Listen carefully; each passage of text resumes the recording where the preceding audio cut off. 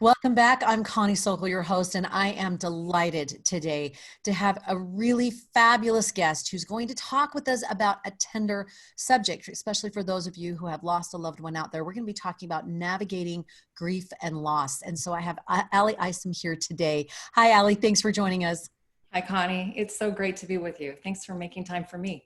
Oh, it is such a joy to talk with such wonderful people who have gone through difficult things and who are willing to share their experience and how maybe somewhat they have learned and the experiences and the life wisdom can be passed on to other people who can be able to say, okay, I can take that, I can use it, and I can move forward and move through this.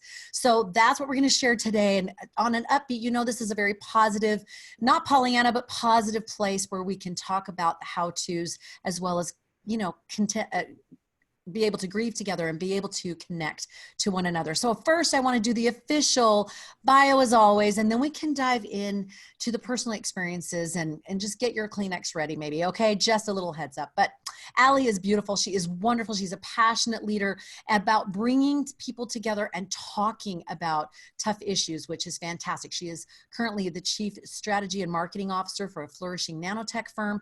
And she has also headed up the global branding and messaging for the Church of Jesus Christ of Latter-day Saints.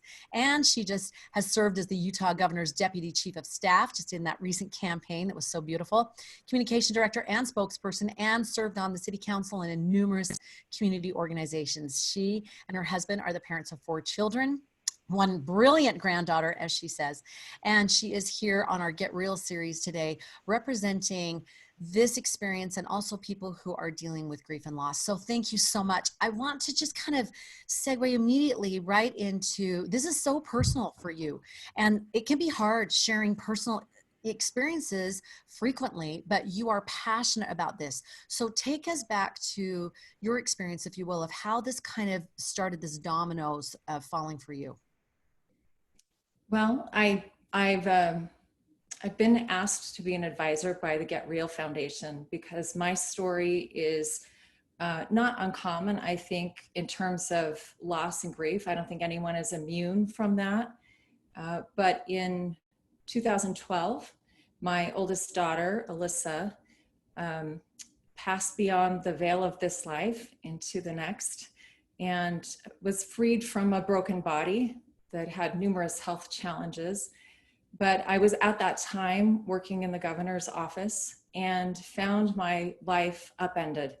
And it became a pivotal and transformational experience for me. I don't think anyone who has a child on the other side of the veil would deny that it is life-changing in so many ways, because it changes the way you examine all facets of your life, your relationships, your faith, your day-to-day schedule, what matters most in your life. And I found myself questioning everything and renegotiating many terms on which I had settled my life in terms of my profession, my family, my relationships, and my priorities. And the dominoes fell in that way, in that after a year, I came to the governor and said, it's time for me to do something different. I had actually a very strong prompting. The Lord had other things for me to do. And I left my employment and changed jobs radically, found myself working for the Church of Jesus Christ of Latter-day Saints. But I also found myself adhering to some guiding principles that really helped me through that time in my life, and found myself having this continuous dialogue with God over everything that mattered. So that's so beautiful. The segues that, and I'm glad I used the word dominoes falling, because it does. One thing leads to another, to another, to another that you don't expect. So it sounds like the experience with your daughter and with her having a body that had health issues, that even though you knew there were struggles, when it actually happened, there's a break in that. There's a grief, a wash, and a wave of grief that even if you're in the back of your mind thinking that's going to happen someday, it's still the hard stop reality. How did you move through that initial tidal wave of just emotion and reality? Mm-hmm. Well, I think it goes back to my faith journey overall. God had prepared me, and for that, I'm incredibly grateful that I, at one point, found myself on my knees saying, "Thy will be done." And another prompting from the Spirit saying, "You have done all you can do." And for that, I was enormously grateful. But I also, once it actually hit, you find yourself in this state of shock. You find yourself in an undeniable place of like, this is real. This was the moment I was trying to avoid. This is all real. And every day you wake up and remind yourself that she's gone and it is a new normal for you. And the grief comes incrementally, but I actually felt, if I could express it as, I felt carried by God's hand forward in my life, sustained by the prayers of so many on my and my family's behalf. And I felt cradled in God's hands and close to my heavenly parents in ways I haven't felt before. The veil felt very thin. And I felt like God incrementally loosened his grip and opened his hands as I became stronger and more able to keep walking forward on my own. I just felt like these tremendous tender mercies kept moving me forward. And the grief isn't gone. It's a journey. It's not a destination. It's not something you pass through. It's not something you pick up and set down. It is just with me at all times. But I do feel that God has sanctified that in some ways and exchanged beauty for ashes. And I'm a believer in the principle of collateral beauty, that even when you feel left in your wilderness alone, that your desert will blossom like a rose, that God will provide you lessons and insights and access to the divine that you've never had, that helps you see the world differently and helps you refocus and feel a strength you've never had. You start to understand what sanctification feels like, the beginnings of that. You start to feel maybe a little gilded around those broken edges, and that God is assisting you in this journey. Oh, that's so beautiful. And I love that from Isaiah. It will blossom as a rose. And I love the point that you bring up, that grief isn't something that you finally get through and you're done, that it's layered, it comes in waves and often unexpected. And I'm just curious, as you've gone through it, and this happened several years ago, how have you navigated when the waves return? Do you have coping skills that you're like, oh, I'm familiar with this, I'm going to unpack my toolkit and I know what to do? Or does it still catch you unaware and you have to learn a new skill set? Well, how has that been for you to keep revisiting that? It's kind of both, to be honest. It'll hit me in the middle of Walmart for no reason whatsoever, and the tears just start, and a wave of, I just miss her so much. I miss her bounding into my kitchen and saying, "Hi, Mom," and telling me about her day. I miss her in family gatherings, and we'd be blowing out birthday cake candles, and I will have a keen sense of not just her absence, but even sometimes her presence. And yet there's every day a need to figure out how to navigate it. So early on, I could feel this predatory darkness. The adversary wants to exploit our weakest points and our darkest places. And I felt like he was preying on me and my family. And I hit my knees and said, I don't know how to do this. How do I do this? You've watched your own children suffer and die throughout history, and your own son on the cross, which had to have been agony for our heavenly parents. How did you do that? And I need you to tell me now, because I feel like I'm going to just implode in this darkness. And one by one, God gave me these guiding principles, and I started to write them down. I keep a notepad on my bathroom counter, and I just wrote them down as they came. And the first one was seek light every day. And some days that looks different than others, but seeking light includes things like a prayer, a sacred space, contemplation, people who bring light into my life. Sometimes it's a great song, or sacred space like the temple or the mountains or a beautiful scene.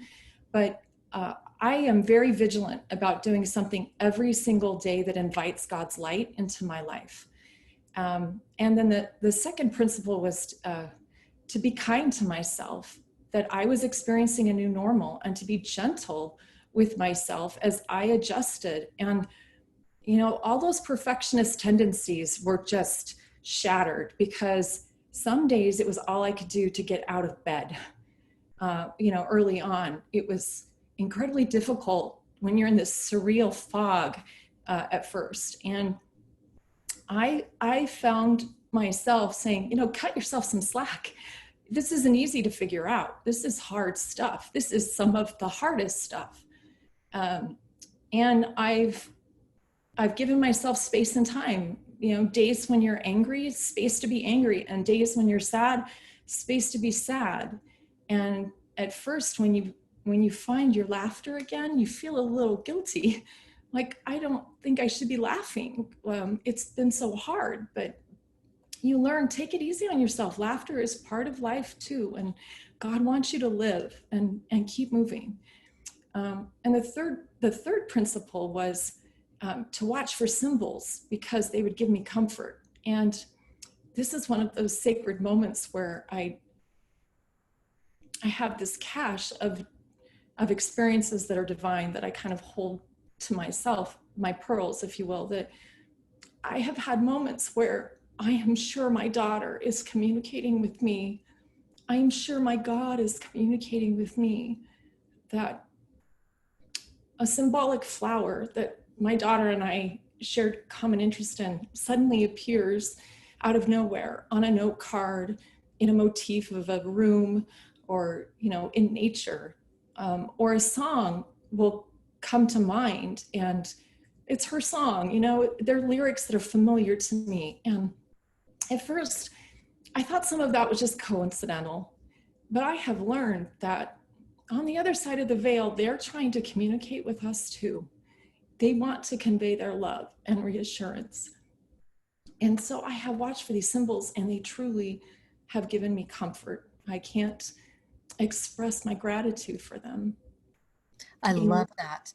In um, fact, I've heard that from several people, that a friend talked about feathers, that she would see, that's her thing, and she would see a feather in the most unusual places. A best-selling author and editor for Deseret Book, and she talked about her mother, and paper clips were their thing, and how in the most unusual place she would find it, in a pocket, or she'd find it somewhere, just this little paper clip. She's going to a job interview or whatever, and she just knew that that was the communication between her and her mom. So I think that's just beautiful that you bring that up, of watching for symbols. And I love that you bring up about moving forward and living. I think this is a big piece when I talk to people about grief.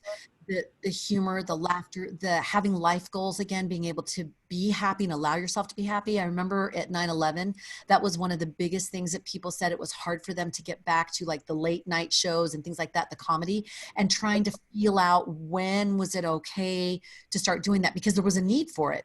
But when was it okay, and feeling that out. So I love that you bring these things up, because like you've said before, grief is such an individual process. How has your individual grieving process, how has that positively influenced you and other relationships? Do you look at people differently now? Do you hear their struggles, and do you feel things on a different level, or think of different things, or respond to them differently? absolutely. I don't know how it doesn't enhance your sense of empathy for other people when they're passing through a crucible that drives them to their knees, where they find God.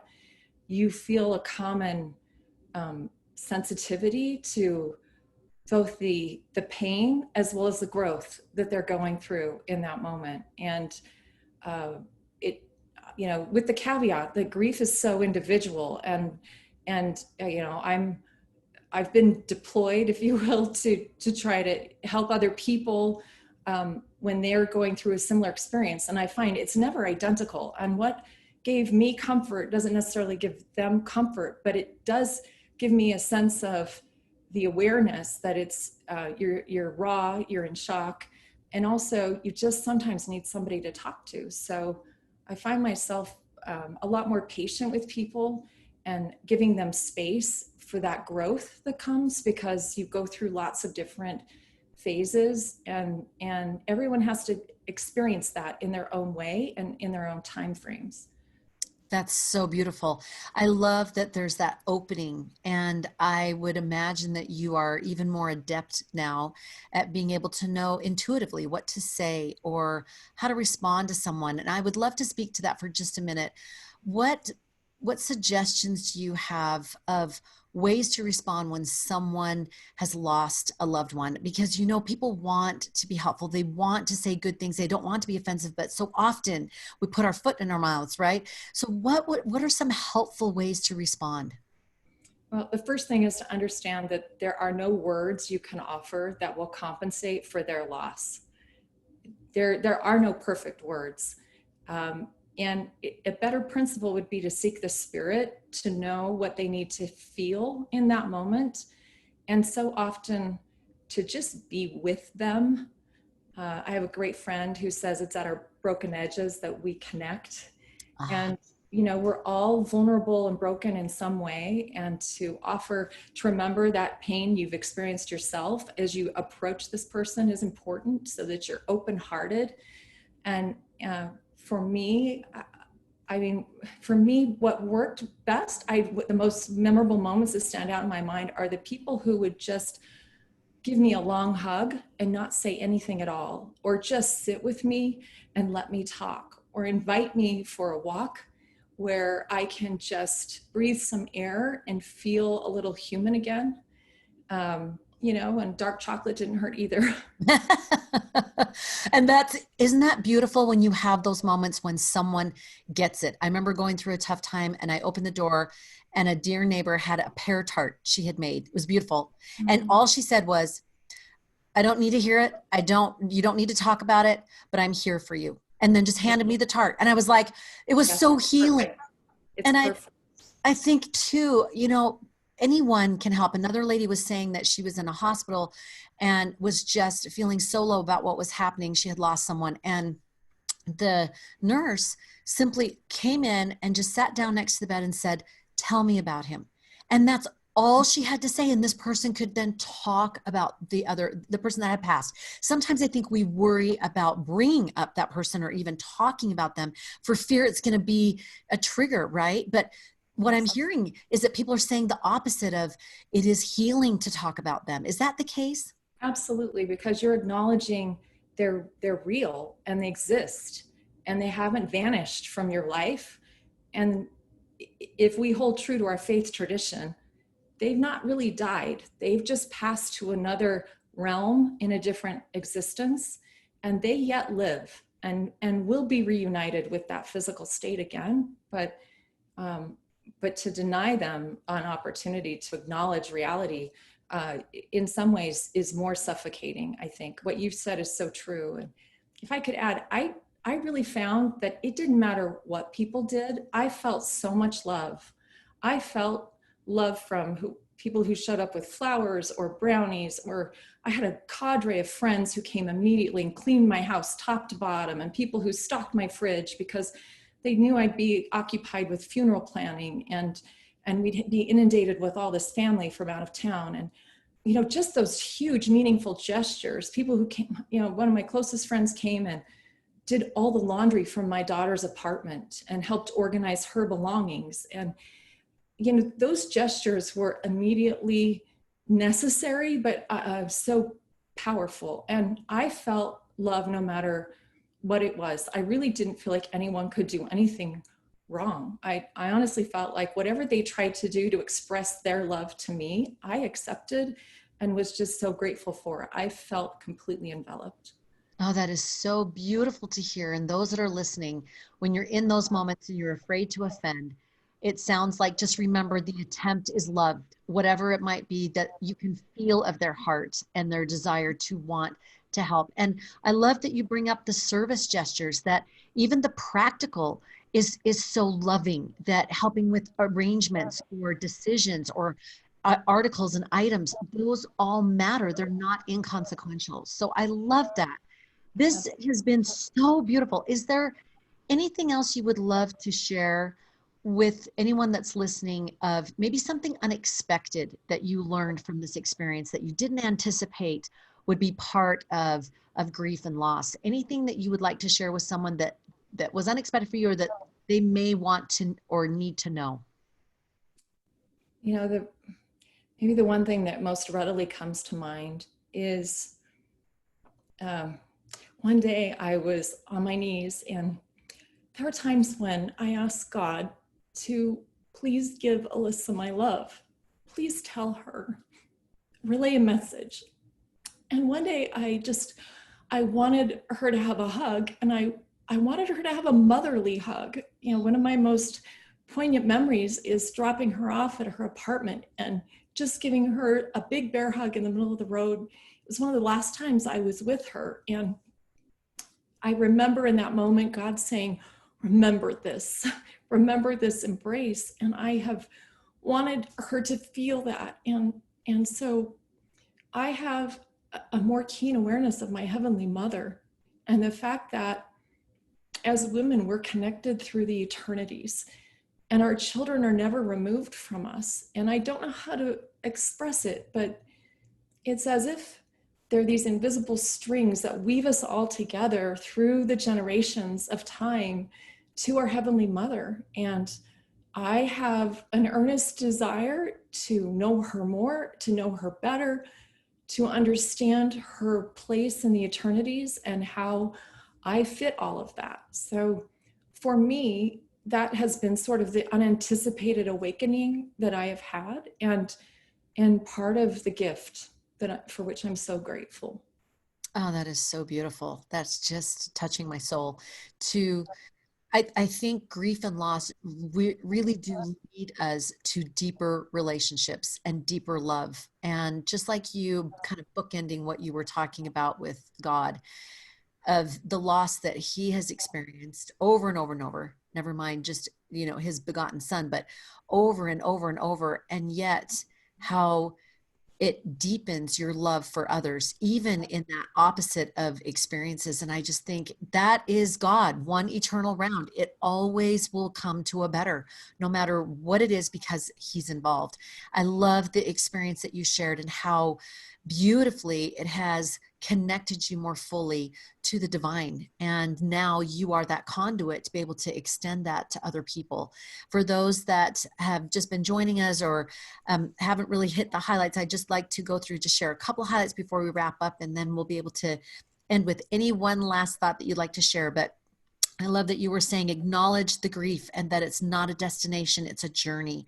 To seek light every day, to be kind to yourself, especially realizing you're figuring this out and that's what you're supposed to be doing. You're not behind the 8 ball. That's the process that you're going through. And to watch for symbols, meaningful symbols that feel that divine communication is happening. And then for others to be aware to just don't stress about how to respond to someone going through grief and loss, but just be with them and serve. Every attempt at service is appreciated. Sorry, it's a little tender. This is a sweet, tender topic, and I'm so grateful that you were able to share with us today. For all of us who've experienced that loss, being able to utilize it in such a good and positive way and coming together in our stories. And like you said, those broken edges that connect us together. Is there any last thought you want to share? I'm so grateful for the messages you're sharing and the spirit with which you share it, Connie. I've done a lot of social research around the power of connection, and connection is an antidote to hopelessness. And in this time of COVID-19 and social isolation, and where we're cut off from community and feeling more maybe even abandoned in some ways by our normal social circles, connecting in real, meaningful, and durable ways with God, with our best self, with our family on both sides of the veil, and and with our greater community will help us rebuff that sense of hopelessness that I think the adversary would exploit right now. So it's timely, the message you share and the encouragement you offer. So just please know I'm grateful for you. Thank you so much. And I love that you bring that whole concept of what we're all experiencing right now, because it is grief and loss. It's a loss of expectation of our normalcy, and it will prove to be a joy and a positive down the road. And even now, as we choose to, but I love that you bring that up, and that this isn't just necessarily losing a person, but this loss of those things that are meaningful to us. So thank you. I love that this dialogue is happening. And as you said, as we connect through these stories, we nourish one another, we support, we buoy, we lift. And that's what media is all about. That's what our stories are all about. So thank you so much, Ally, for being with us today. If people want to reach out to you and know more about you or connect with you, how can they do that? Well, I'm on social media, pretty much every channel. I stalk more than I post, truth be told, but you can find me on LinkedIn and Facebook as well. And always available by email, and happy to talk if I can offer any help to anyone. Fabulous. And that's Ally Isom, Allyisom. And thank you again for sharing your heart and your story with us today. Such a joy. Thank you. Thank you, Connie. And for those listening, if you want more of these, go ahead and subscribe and rate below. And you can also always check out the blog posts, TV segments, programs, books, all kinds of wonderful free resources for you to be able to live a purposeful, organized, and joyful life. So check that out at conniesokol.com. And remember, today, take your next step to live a purpose-filled life.